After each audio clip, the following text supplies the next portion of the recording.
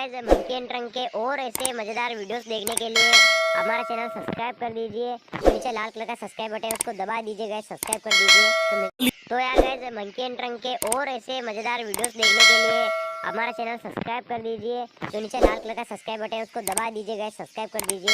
निकलता जा रहा है। मोटा भाई इतना खुश केम छे हैं? बल्ले बल्ले कमर 55 की, दिमाग बचपन का है? तमा दोगे। ये मोटा भाई, मुझे डांस विद्या डांस के लिए प्रैक्टिस करना है। मेरे कोरियोग्राफर बनो ने।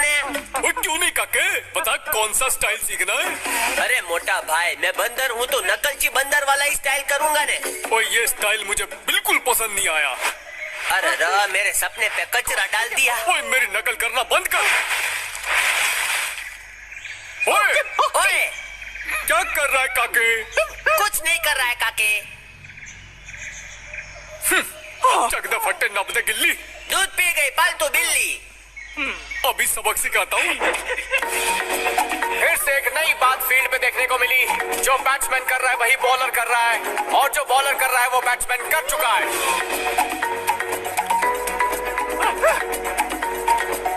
ए मोटा भाई, टाइम प्लीज। क्यों होया? ए पता है एनिमेटेड कान को क्या बोलते हैं? ओए नहीं मालूम। कार्टून।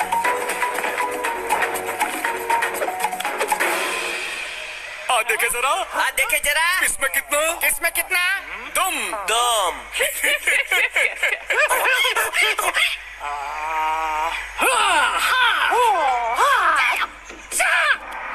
हुड़ की। मैं भी हूँ की। मोटा भाई, ये तो चीटिंग है। पूरी वानर फैमिली में से भी कोई नहीं उठा सकता ये। क्या हुआ? हवा निकल गई? मेरा और पत्थर का रिश्ता जैसे बॉडी बिल्डर और डंबेल का रिश्ता। उठा लिया। ये मम्मी, ये पत्थर उठाना बहुत ही रॉकिंग था मोटा भाई। बस कर। अरे तू बस कर। तू छोटा है। तू छोटा है। अरे तू। अरे तू बोला ना तू। बोला ना तू।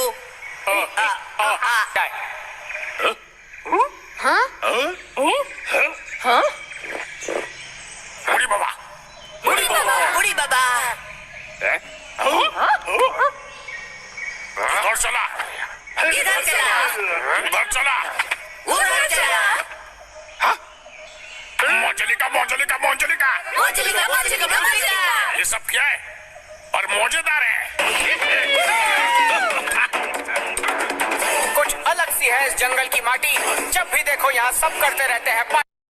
तो यार गाइस, मंकी एंड ट्रंक के और ऐसे मजेदार वीडियोस देखने के लिए हमारा चैनल सब्सक्राइब कर दीजिए। तो नीचे लाल कलर का सब्सक्राइब बटन है, उसको दबा दीजिए गाइस, सब्सक्राइब कर दीजिए। तो यार गाइस, मंकी एंड ट्रंक के और ऐसे मजेदार वीडियोस देखने के लिए हमारा चैनल सब्सक्राइब कर दीजिए। तो नीचे लाल कलर का सब्सक्राइब बटन है, उसको दबा दीजिए गाइस, सब्सक्राइब कर दीजिए।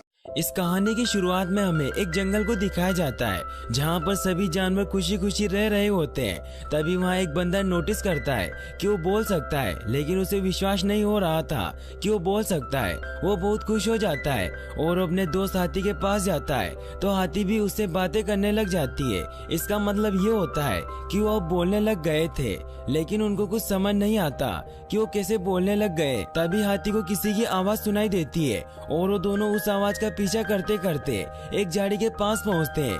तो उस झाड़ी में से रोने की आवाज आ रही होती है कि तभी उस झाड़ी में से एक ब्लू कलर का एलियन बाहर आता है जिसका नाम फिनिप होता है, जिसे देखकर वो दोनों डरकर दूर चले जाते हैं। लेकिन फिर वो उसके पास आते हैं और उससे पूछते हैं कि तुम क्यों रो रहे थे। तो फिनिप उन्हें बताता है कि वो दूर अंतरिक्ष से आया है और उसे वापस अपने घर जाना है।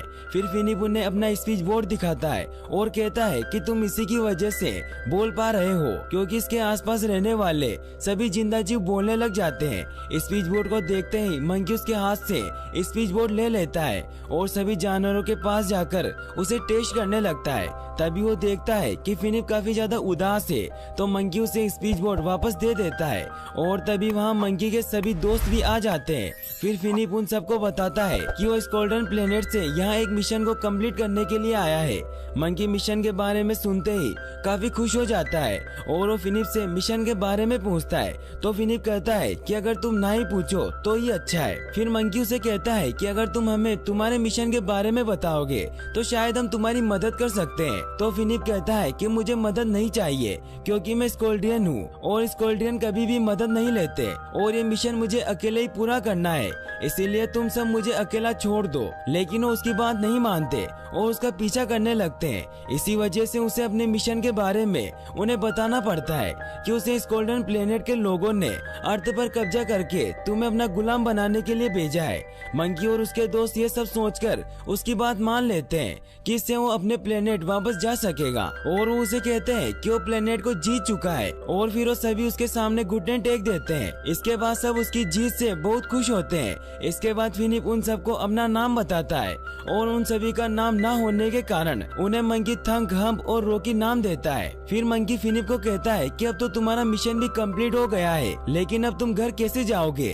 तो फिनिप उन्हें बताता है कि मैं यहाँ एक स्पेसशिप से आया था लेकिन उसका एक्सीडेंट हो गया है, इसी वजह से अब मैं घर नहीं जा सकता।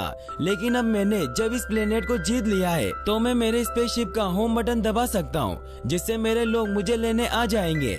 इसीलिए वो सबके साथ में स्पेसशिप की तरफ जाने के लिए निकल पड़ते हैं, लेकिन रास्ते में उन्हें कुछ वाइल्ड बीस्ट घेर लेते हैं जो गाना गाते हुए उन्हें रोकने लग जाते हैं। तो फिनिप अपने पावर से उनके बीच से निकल जाता है, लेकिन फिर भी वाइल्ड बीस्ट उन्हें रोकने लगते हैं। तो फिनिप वाइल्ड बीस्ट के सरदार के गाने की तारीफ करता है जिससे वो सब उन्हें जाने देते हैं। वो सब आगे बढ़ रहे होते हैं, तभी हम देखते हैं कि एक ओस्ट्रिच का अंडा उनकी तरफ आ रहा है और थंग के पैरों के नीचे आने से वो अंडा फूट जाता है और उसमें से एक बेबी ओस्ट्रिच निकलती है जो बाहर निकलते ही उड़ने की कोशिश करने लग जाती है। तो उसकी मदर उसे समझाती है कि हम ओस्ट्रिच हैं और हम उड़ नहीं सकते, हम सिर्फ दौड़ सकते हैं, और अपनी बेटी को गले लगा लेती है।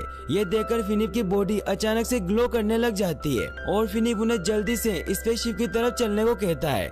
फिर हमें हम्प को दिखाया जाता है जो घास में फंसने की वजह से पीछे रह जाता है और अब वो बोल नहीं पाता क्योंकि वो फिनिप से दूर हो गया था। उसे उसके दोस्त कहीं नजर नहीं आते, तो वो एक टीले पर चढ़कर देखता है तो उसे एक रोशनी दिखाई देती है और वो उसकी तरफ बढ़ने लगता है। वहीं दूसरी तरफ फिनिप उनसे पूछता है कि वो ओस्ट्रिच अपने बच्चे को दबा क्यों रही थी। तो मंकी उसे बताता है कि वो उसे जप्पी दे रही थी, मतलब कि वो उसे बता रही थी कि उसे बहुत प्यार करती है और जप्पी दोस्ती की निशानी भी होती है जिससे दिल खुश हो जाता है। फिर मंकी फिनिप से कहता है कि तुम अपने प्लेनेट पर एक दूसरे को जप्पी नहीं देते तो फिर अपनों से प्यार कैसे करते हो।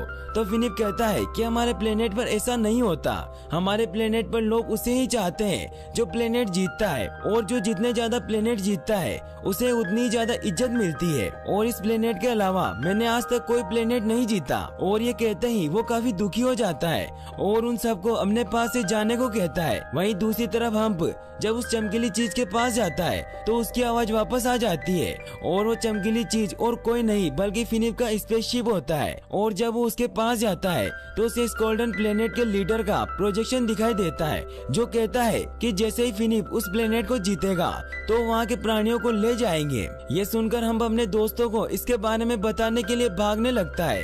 वहीं दूसरी तरफ फिनिप देखता है कि उसके मना करने के बावजूद भी वो उसका पीछा कर रहे होते हैं, जिन्हें देखने के बाद वो काफी खुश होता है क्योंकि वो सब अब उसके दोस्त बन चुके होते हैं। फिर सूरज डूबते ही वो सभी थकान के कारण सो जाते हैं और फिनिप को भी अपने साथ सुला लेते हैं। फिर फिनिप को याद आता है कि अगर उसके ग्रह के एलियन यहाँ आ गए तो उन सबको यहाँ से ले जाकर अपना गुलाम बना लेंगे। ये सुनकर फिनिप घबरा जाता है क्योंकि फिनिप अब उनको अपना दोस्त मानने लग गया था, इसीलिए वो वहाँ से चला जाता है।